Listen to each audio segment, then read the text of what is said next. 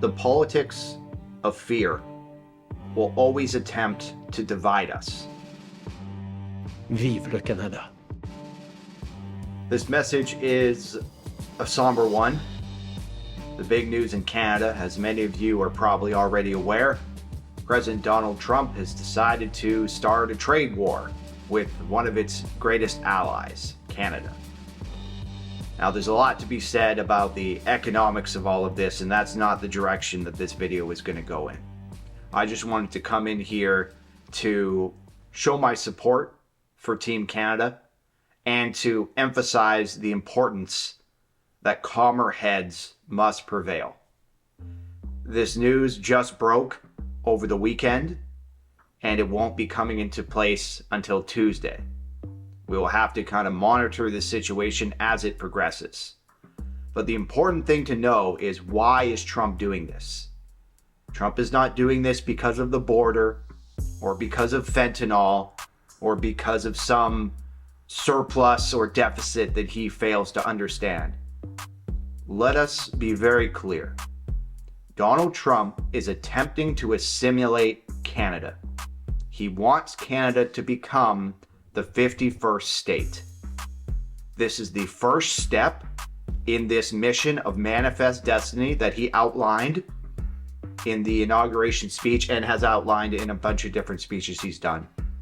The United States will once again consider itself a growing nation, one that increases our wealth, expands our territory, builds our cities, raises our expectations, and carries our flag into new and beautiful horizons. And we will pursue our manifest destiny. You've heard the rhetoric of Canada becoming the 51st state. This is clearly his goal. Even though, or despite the comments that America doesn't need Canadian fuel or doesn't need Canadian materials and they can do it all by themselves, they can't. I want to speak directly to Americans, our closest friends and neighbors. Canada has critical minerals, reliable and affordable energy, stable democratic institutions, shared values, and the natural resources you need.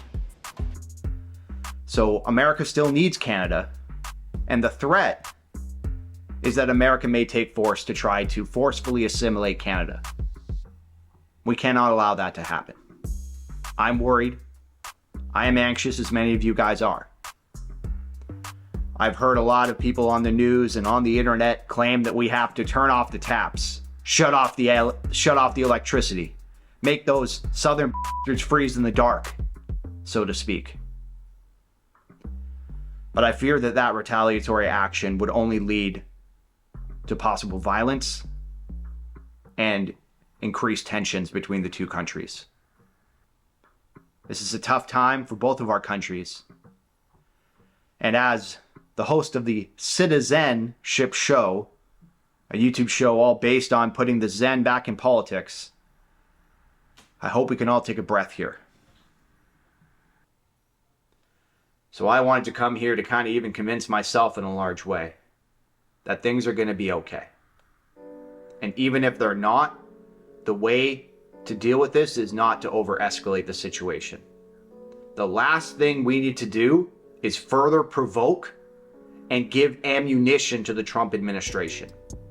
He wants us to overcorrect to justify him to actually move into our territory. That is what I'm feeling. So point one is Trump has started this trade war. This is not by the doing of Canadians or even Americans. Americans don't want this, and Americans are going to get hurt by this just like Canadians. The people do not want this. Trump created this mess, and this is Trump's responsibility. That's the first point. Number two is that this is the first step towards assimilation, and we have to be conscious not to overcorrect and give him too much ammunition and give him too many reasons to actually move forward with assimilation. Lastly, or thirdly, there's more points. Thirdly, calmer heads must prevail. I salute our political leaders who are being calm and assertive during this period. We need that, so I thank you for your statesmanship. Fourthly, we need to support Team Canada. That's why I'm wearing my Habs here today. We're wearing our colors. We're wearing red. We're buying Canadian products. There are many ways for you to do your part. It might mean checking the labels at the supermarket and picking Canadian-made products. It might mean opting for Canadian rye over Kentucky bourbon, or foregoing Florida orange juice altogether. What the hell are you doing? What? Buy French's. It's Canadian. We're in a trade war, you traitor. You were gonna buy American maple syrup?